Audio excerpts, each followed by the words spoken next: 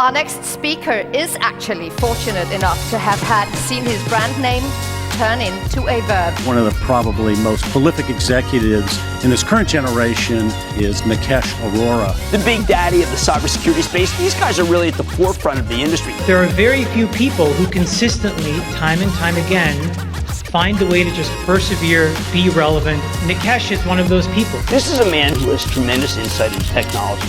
He helped turn Google into the dominant player in search. This is the most innovative industry in the world. We're constantly paranoid from an innovation perspective. I've got to be on my toes because once we figured out how they did it last time, they're trying a new way to do it next time. This is the country where your dreams come true. And if you go around the world and you ask young people where do they want to go, they still want to come to America. I think this is one of the most successful democracies in the world. This is where capitalism thrives. All right. Ladies and gentlemen, Nikesh Arora. My guy, appreciate you. Thanks for coming. David? How are you? What's up, Broski? Let me just do this intro properly. Look at all the phones go up. Wow. You joined Google in 2004, although there was a nice prolific build-up to that career, but you joined in 2004. You left in 2014. You started in ad sales and you left as the SVP and Chief Business Officer of Google. Revenue went from $3 billion. I checked this actually just to make sure because it's staggering, to $66 billion when you left. And then because we're going to talk about that, and then you got seduced to go work with Masa Yoshi-san at SoftBank, where you were vice chairman and president. Yep. That must have been interesting. Jason has a look at Jason. He's licking his tongue. So many good questions. There we go. But then you left. Yes. And look, I've known you for a long time. We've been very good friends for a long time. I was surprised because I got, you called and you're like, hey, I'm going to be chairman and CEO of Palo Alto Networks. And I had known what it was, but I didn't really understand. And then meanwhile, in the last, what's it been, 7 years? 6.5. 6.5 years. Market cap is up by 5x. You took a $20 billion company. It's $110 billion as it stands. I think you've tripled revenue. So this is clearly no longer luck. So now you're in the skill camp. Oh, good. I'm in founder mode? No, founder mode is cocaine. I was wondering when that was going to start. Wait, I was wondering when that was. founder mode on you? No, he has to fly to Europe. You cannot bring founder mode. They had no waffles on the plane. No waffles on the plane. You can get founder mode in Europe, though. I've heard. Let's just start and just. Actually, let's just start there. Okay. You've seen a lot of different executives. You've played a lot of different roles. You've seen founders. You've advised a lot of founders. Tell us what does it take to be successful? And you can use these labels or not, founder mode, manager mode, whatever it is, but what does it take to figure things out consistently? Look, I think you already put that out there, didn't you? Didn't you say that if you think about building great businesses, at the center of great business is great products. If you don't have a great product, you're not going to build a great business for the long term. And this is something, and I know Sergey's here. I learned that with Larry and Sergey at Google, that they were obsessed about product on a constant basis. So when I came to my job, I said, the first thing I'm going to focus on is build a great product. But I think it's slightly different in consumer and enterprise. In consumer, you build a great product, you find the flywheel, you try and figure out how the flywheel continues to work. In enterprise, eventually you take a great product, you got to figure out how to get it out to all the amazing customers out there. So I think it requires a tremendous amount of focus, tremendous amount of sort of detailed inspection. But I think at the same time, you've got to find a way of taking lots of amazing people, getting them on the same train, and getting them to execute at scale. It's impossible for one human being to do that at scale, so you have to have a lot of people doing it amazingly well. That's the trick. Tell us about that first story, or that version of that story inside of Google, because you were there for a long time and a lot of good things happened. What was that like? What did you learn? Look, Google has one of the best flywheels there is in the consumer space, right? So we were blessed that we were working with a product that nobody had ever seen, everybody wanted to use. And it's funny, like every one of us worries about customer support. You didn't need it. It was an amazing, simple product, easy to use, free. And our job was to go monetize advertising. So part of that was how do you scale that around the world in every country where there's a single product with a single use case where you have to see how you can attract lots of advertisers. And that requires building a system.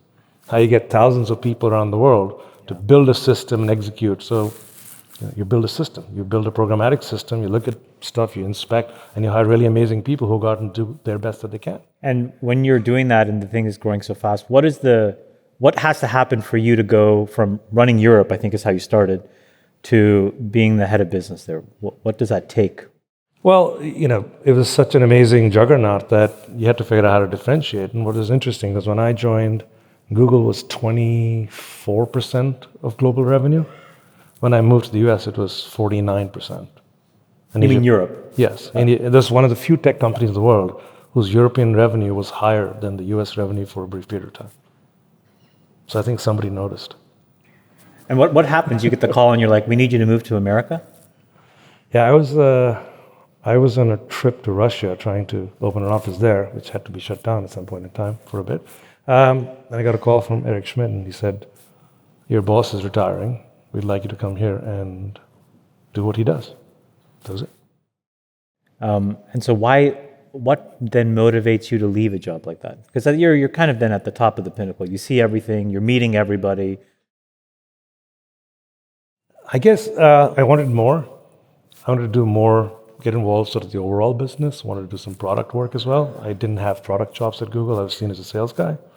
At Palo Alto, all I do is product for the first 6 years of my life. Yeah. So to be able to go out and do that differently, but I had to take a brief sojourn to my Japanese trip. Lots of good sushi and lots of... It was a great vacation. Let's talk about it. Oh, come on. It wasn't a vacation. Wow, a great surge. But I mean, this was the largest venture fund ever created, $100 billion. And you have this mercurial, brilliant individual, Masayoshi-san, and he starts placing bets in a way that we've never seen. What was the genius in that, and what was the Achilles heel? Look, Masa is one of those people whose risk appetite grew as he grew older. And you mentioned that because that is a very unique thing. It usually goes the other way. I have 2 young kids, and every time, I'm constantly trying to de-risk them. I'm saying, hey, be careful when you cross the road. Be careful when you do this. You get married, people tell you, be careful, buy a house, go settle down. So we're constantly de-risking our lives as we get older on a constant basis. All of us do it. We don't realize we do it, right? Masa's the opposite. The older he gets, like, come on, let's go all in. He's like you guys, right? He wants to go all in. So it's like, Nikesh, I have a great idea. We'll put $1 billion, we'll borrow $19 billion. I'm like, how does that work again? All you got is $1 billion. Yeah, I have one great idea. $1 billion in, $19 billion. That's what he did. That's how he built SoftBank Japan. I think he was the richest man in the world for 88 days in the last internet boom. Yeah. Then he was left with $1 billion. Unbelievable. And he built from scratch again. So yes. So there were a series of incredible bets. Yes. Maybe walk us through some of those bets, because there was NVIDIA, there was ARM. So all this happened after I left, but that's right. And then you have... Did ARM happen after you left? That was where we kind of, Unpack it. Sorry? Unpack that. Unpack this. Well, Masa likes $1 trillion. He likes the number 1 trillion. Yes. So Okay. It's a good number. It's better than $1 billion. Beats $1 billion. It is greater than a billion. Yeah, it's greater than $1 billion, last I checked, yes. And when I met him the first time after we'd done a deal at Google, he was, we met when he was, he came to see Larry, Sergey, and Eric and said, I'd like to do a search deal with you. I have Yahoo Japan. I tried to explain to him there's something called, you can't have 2 search engines both powered by Google in Japan. And to his credit, he says you can, as long as the advertising systems are different. So if you look, in Japan today, Yahoo Japan is powered by Google and Google's powered by Google, but the advertising systems are different, hence it's non-competitive. So we got that done, and then he says to me, showed me this plan.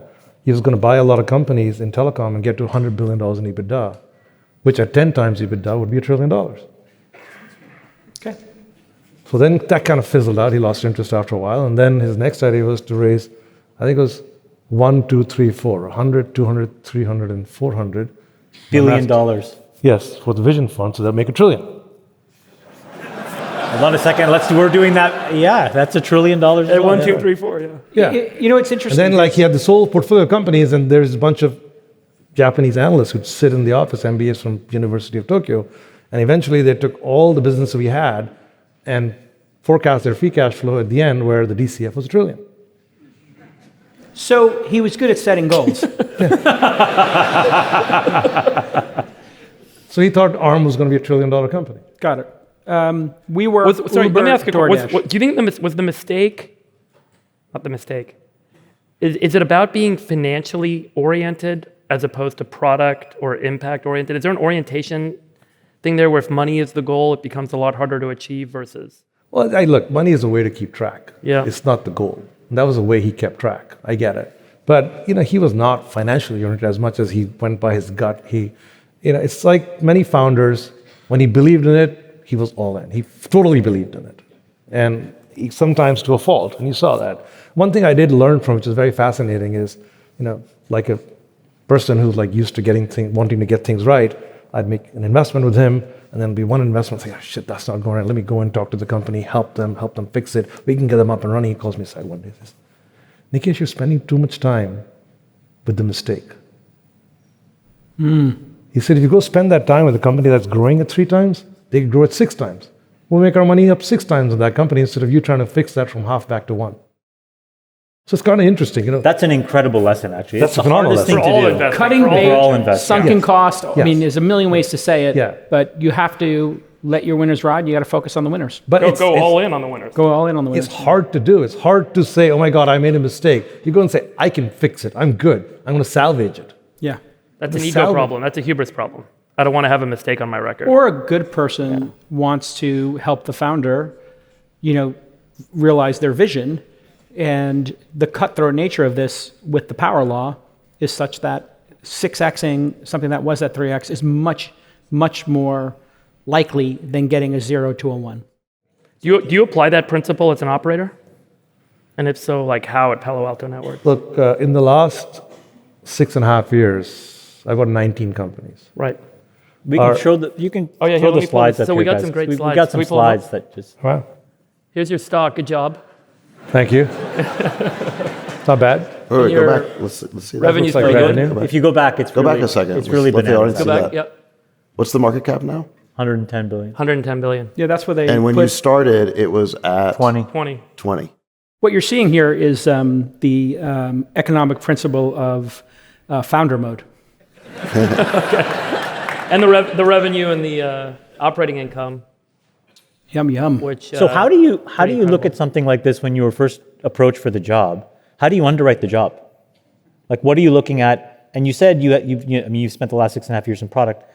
Did you see a product that just was it missing Well, something? that's the Was thing I the want to hear about. It like, did you go all in on Yeah, one or two was it big broken? things? Like, Right. how did That you- was always yeah. the Steve Jobs model: was pick the winner and go all in on it, get rid of all the other stuff. Does that principle apply here, or is the, No, Yeah. this is slightly different principle. Look, Yeah.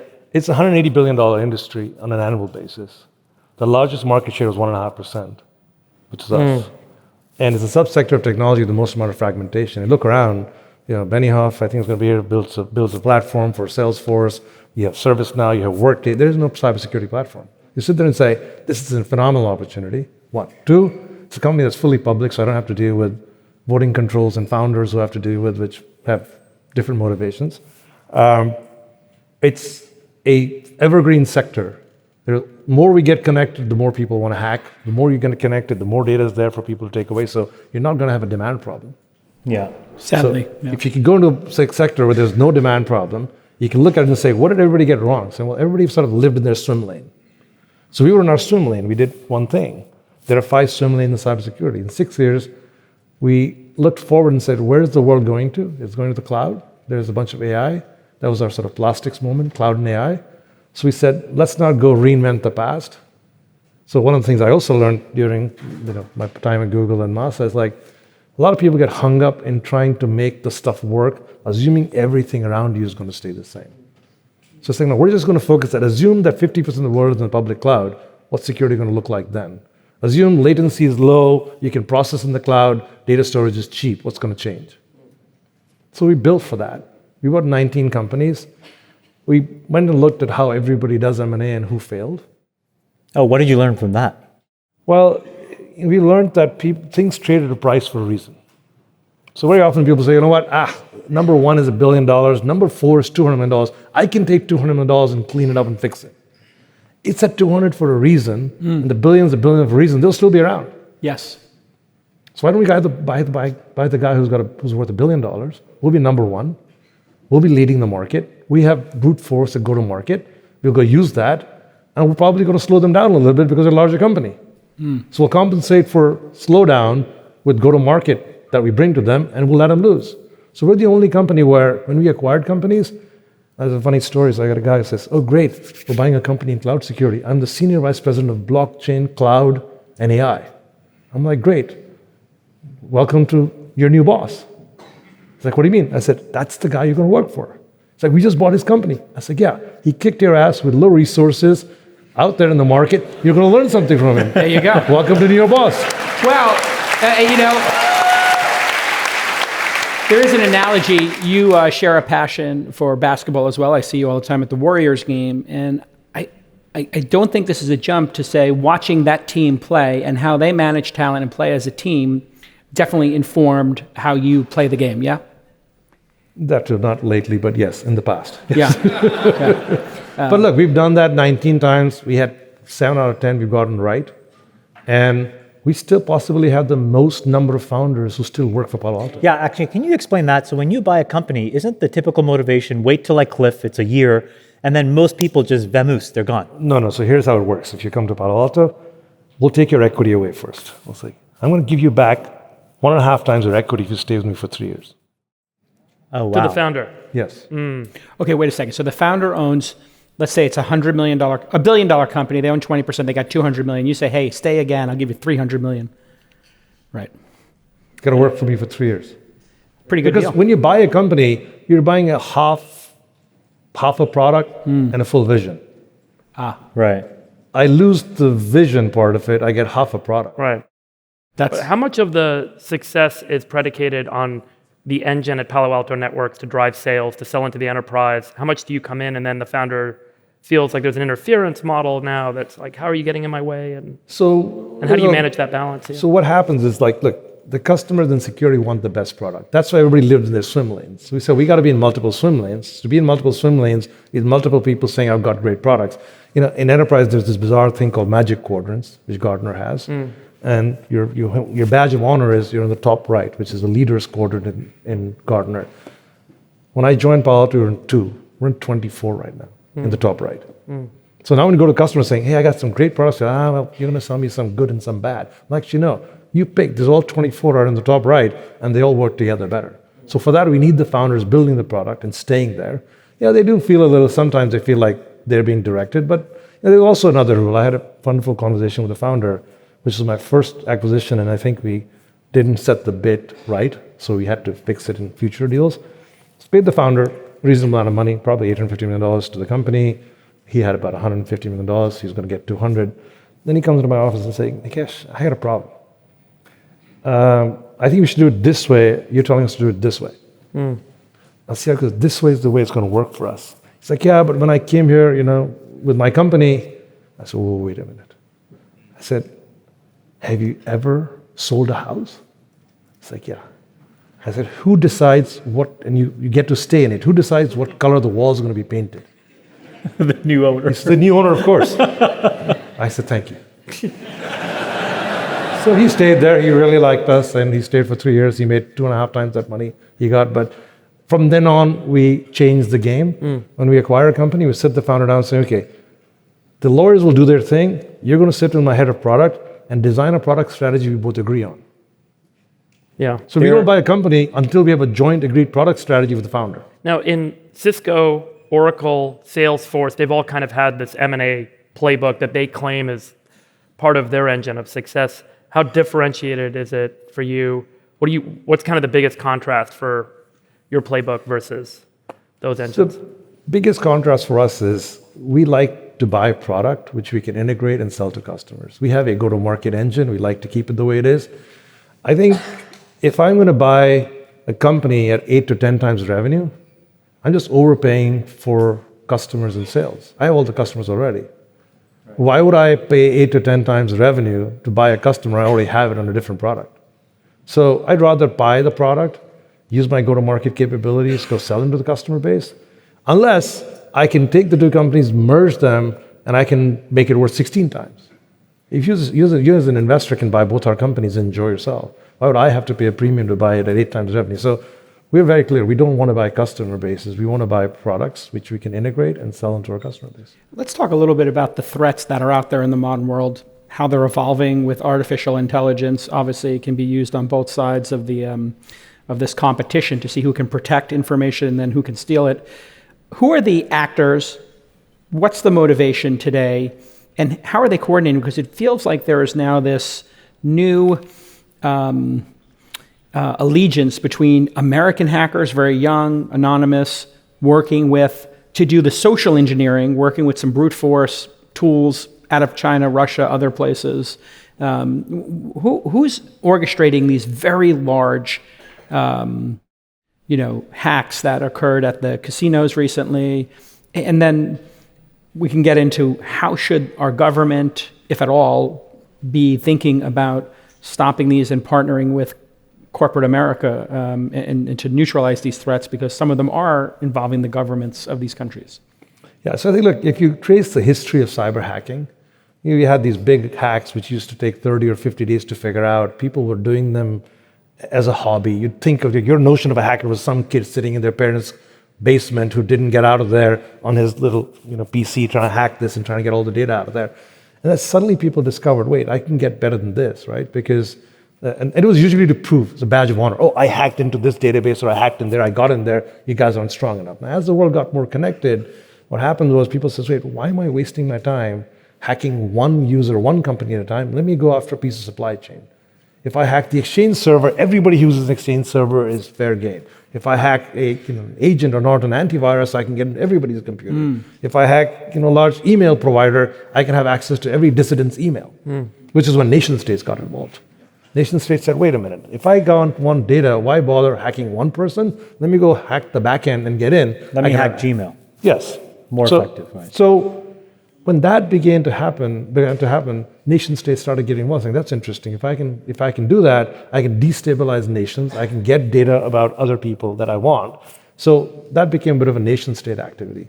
Now, cybersecurity offense is way easier than defense. The defense, you got to be right 100% of the time. Offense, you got to find one door. So put that aside. Then what happened on top of that is that nation states started cultivating these entrepreneurs in the hacking world, saying, listen, that's how you keep your skills up to date. If you go after stuff, we'll look the other way while you're going and doing it, because if we need you, we'd have found a way. And then we discovered this notion, wait, there's tremendous economic value now in hacking, so it became ransomware. People went and says, and there's like a magic number, they ask for $30 million or less because that's director's liability insurance. Wait, sorry. When you get hacked for ransomware, 30 million is what? Is what companies can give you where it's covered by insurance. Oh, it's covered by insurance. So Beyond it's just purely working backwards from that policy. Yeah. Huh. So there's about $2 billion that's been paid in the last 12 months on ransomware. Wow. Now, if you think, here's the anatomy of a hack, right? Somebody says, I found a SolarWinds server, it's hackable. So some set of guys go quickly and plant themselves with 1,800 SolarWinds servers, which are exposed to the internet. Then there's a separate industry subsegment, they sell it to, saying, listen, I'm only in the seeding business. You can go run ransomware as a service negotiations with customers. Wow. That's their go-to market. Yes, it's their go-to-market amplification to systems integration, yes.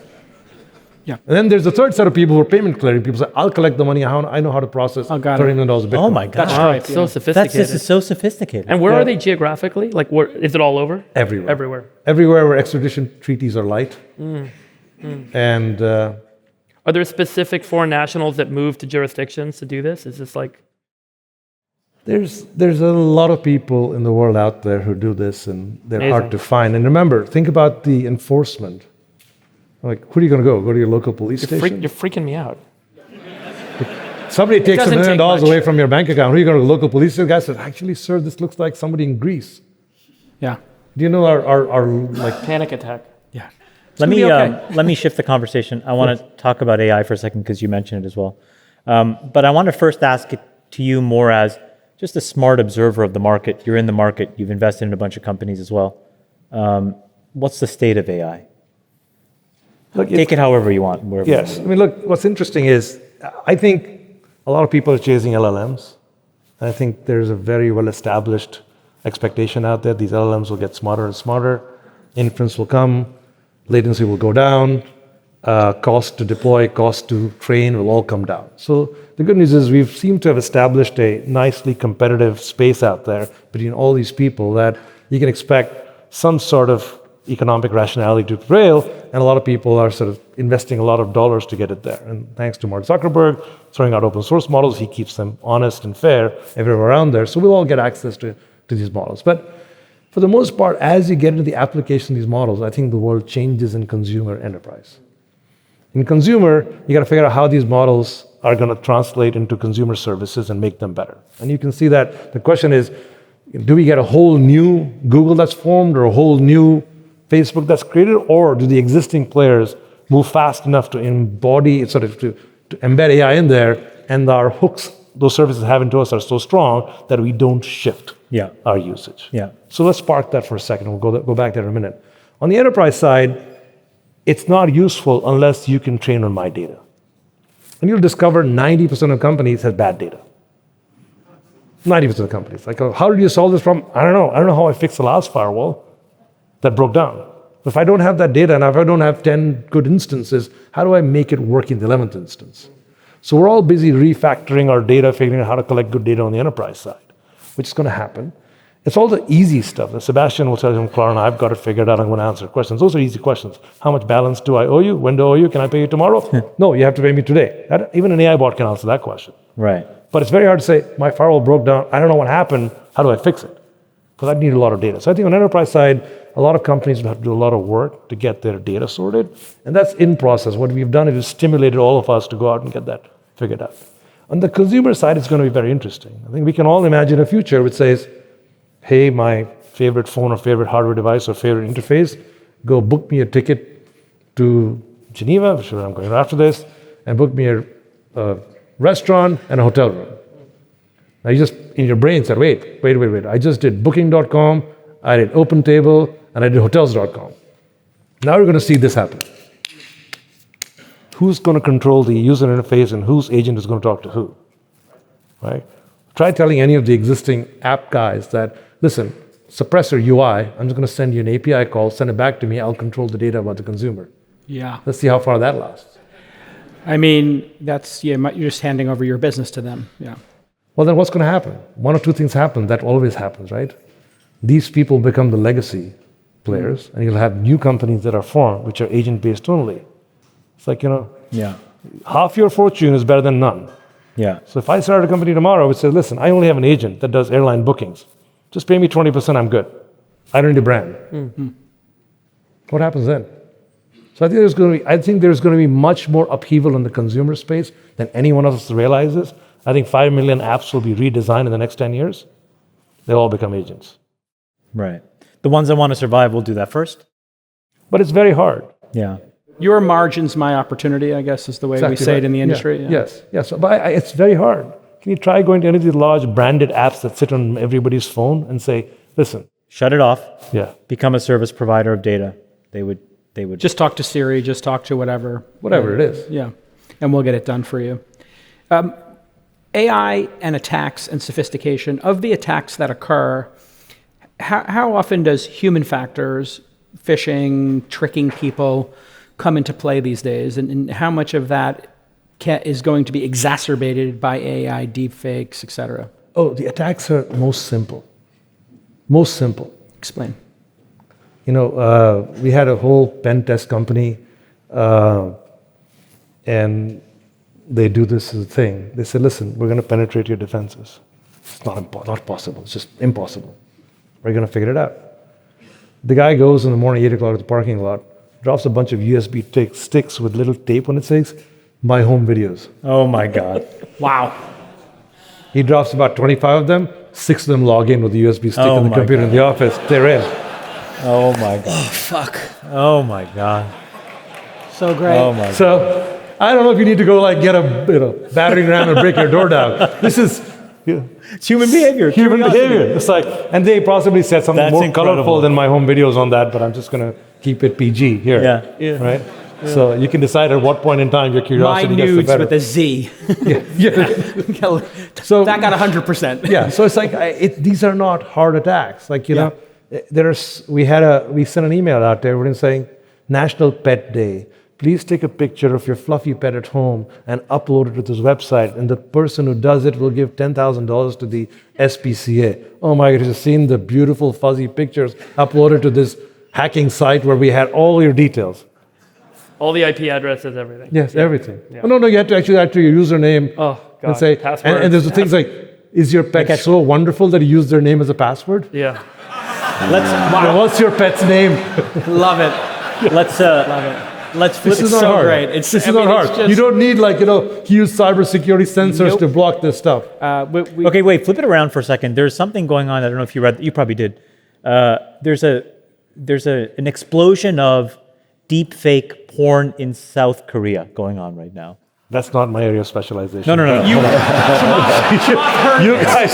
guys might know more about that. Heard from a friend. I don't have time for that kind of stuff. No. I meant more. He read on Twitter. And Chamath searched for himself, and there wasn't any. No, but so there's all this fake content that's going to emerge. There's going to be all this Is it clever... fake? Somebody's fake is somebody's reality. Yeah, Yes. no. But my point is more different.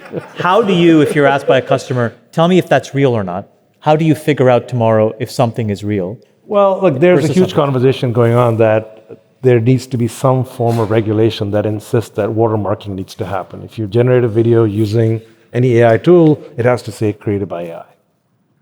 If it doesn't, it's very hard to tell the difference. Yeah.